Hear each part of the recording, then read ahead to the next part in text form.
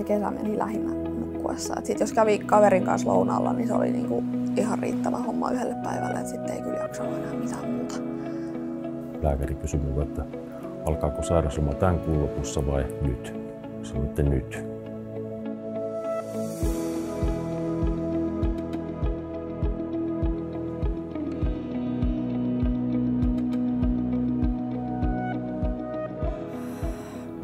Kokemuksesta voin sanoa, että se oman työuupumuksen tunnistaminen ei olekaan ihan niin helppoa.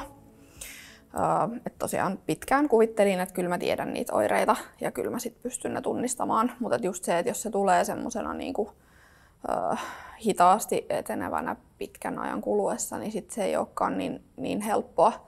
Lievemmässä muodossa niin ehkä ensimmäisiä niin kuin tunteita on semmoinen niin kuin ärtynyt mieliala ja sellainen niin kuin asiat ärsyttää tosi helposti. On aika herkkänä ehkä jotenkin ottamaan asioita itseensä ja työuupunut ja itse asiassa myös masentunut ihminen, tässä mennään ehkä aika lähelle sitä masennuksen kokemusta, niin itse asiassa tulkitsevat erilaisia viestejä ja toisten ihmisten vuorovaikutusta, toisten ihmisten puhetta hyvin negatiivisesti. He poimivat sieltä, heidän niin kuin havaintokenttään ja tietoisuuteen tulee ne negatiiviset viestit ja semmoiset neutraalitkin viestit saatetaan tulkita negatiivisesti.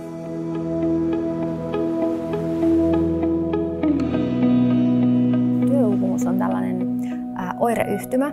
Se ei ole diagnoosi eikä mikään yksittäinen sairaus, vaan oireyhtymä, johon liittyy 3 osatekijää. Ensimmäisenä uupumusasteinen väsymys, mikä tarkoittaa tällaista niin väsymystilaa, mikä ei mene pois levolla, ja semmoista emotionaalisenkin tason väsymystä, että ihminen on vain todella uupunut ja todella väsynyt, vaikka nukkuu ja vaikka lepää. Alkoi arjessa tuntua, että mä ei jaksa enää työpäivän jälkeen, eikä oikeastaan kiinnosta sellaiset pikkuprojektit niin paljon kuin ne ennen kiinnosti, että mä olin joka paikkaan menossa aina. Mä nukuin ensinnäkin 12 tuntia yössä sen 2 kuukautta, jos vaan suinkin oli mahdollista.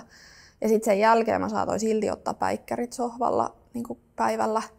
Ja sitten mä saatoin sieltä sohvalta tuijottaa keittiön tiskivuorta ja ajatella, että olisipa kiva laittaa noi tiskit tonne tiskikoneeseen, että se olisi ehkä 10 minuutin homma, mutta mä en vaan niin kuin jaksa. Että mä en vaan jaksa nousta tästä sohvalta mihinkään. Toisena työuupumukseen liittyy kyynistynyt suhtautuminen työhön. Se kyynisyys liittyy siihen, että ihminen pyrkii itseään ikään kuin etäännyttämään siitä työstä ja selittämään sitä tarvetta etääntyä työstä usein sillä kyynisellä asenteella sillä, että suhtautuu siihen negatiivisesti, jolloin se suojaa itseään, ettei tarvitsekaan ehkä heittäytyä siihen enää niin intohimolla tai innolla tai voimakkaasti ja pyrkii niin kuin pitämään itseään vähän etäällä siitä. Et mä pyrin niinku tekemään jotenkin semmosia vähän kevyempiä hommia ja huomasin, että on vähän ärtynyt, jos joku tulee kysymään jotain haastavampaa asiaa ja sit on tosi vaikea tarttua. Kyllä se kyynisyys saattaa sit tulla myös sitten sitäkin kautta ja lisääntyy, että jos on paljon pyrkinyt ratkaisemaan sitä uupumustilaansa, sitä väsymystilaansa ja kokee, että sitä apua ei tule, siihen ei ole ratkaisua, niin silloinkinhan ihminen kyynistyy. Ja 3.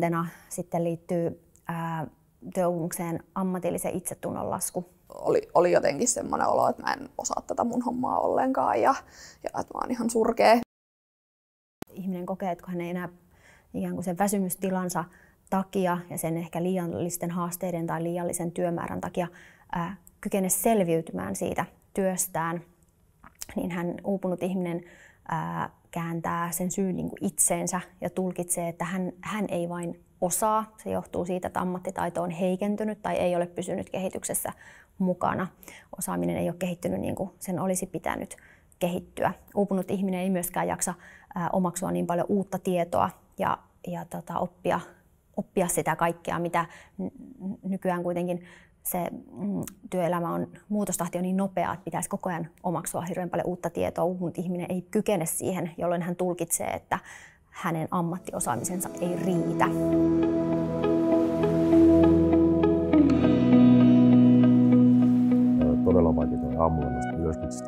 oli mennyt, oli pakko nukkua autossa vähän ensin siellä, että jaksoi mennä työmaalle ja sitten tuli päättämiset, että mä en oikeastaan osannut päättää, että mitä tarvikkeita mä tarvitsen, niin mun piti soittaa Marjalle aina, että kumpia mä tarvitsen. Marja kysyy yleensä aina multa, että mitä sä tarvitset. Sitten mä sain sen vastauksen siihen tehtyä, sen vastauksen, ja no sitten mä läksin tyytyväisenä kauppaan ja sain ostettua. Mä olin tosi itkunen niin kuin loppuajasta, että ehkä nyt en ihan päivittäin itkenyt töissä, mutta et tosi usein ja hirveän helposti. Mutta sekin oli sitten jotenkin jo niin kuin arkipäiväistynyt, että sitä ei. Sitten mä jotenkin vaan ajattelin, että mä nyt oon vähän tälleen herkkä ja näin. Ja sitten unen kanssa oli ongelmia, eli heräilin tosi paljon. Et sain kyllä unta ihan hyvin illalla, mutta heräsin tosi usein. Ja niin kuin tuntui, että unen laatu oli huonoa. Sitten saattaa tulla erilaisia fyysisiä ongelmia, migreeniä tai muita päänsärkyjä, niskahartiakipuja, vatsaoireita tai sitten jotain muita ihan kummallisiakin kiputiloja tai ihottumia tai jotain tällaista, mitä ei niin kuin lähtökohtaisesti välttämättä osaa ajatella, että se johtuisi siitä uupumustilasta. Ja nämä saattaa ollakin niitä syitä, minkä takia ihminen vaikka eka kerran tulee työterveyteen sen asian vuoksi, eikä osaa itsekään välttämättä ottaa edes esille sitä uupumustilaa, mutta nämä on hyvin tyypillisiä, että ne tulee siinä sitten rinnalla. Sitten 2007 olin kevättalvella, mä olin niin loppu sitten, että menin lääkärille, että nyt mä en enää jaksa. Sieltä pikkuhiljaa sitten alkoi se kuntoutuminen.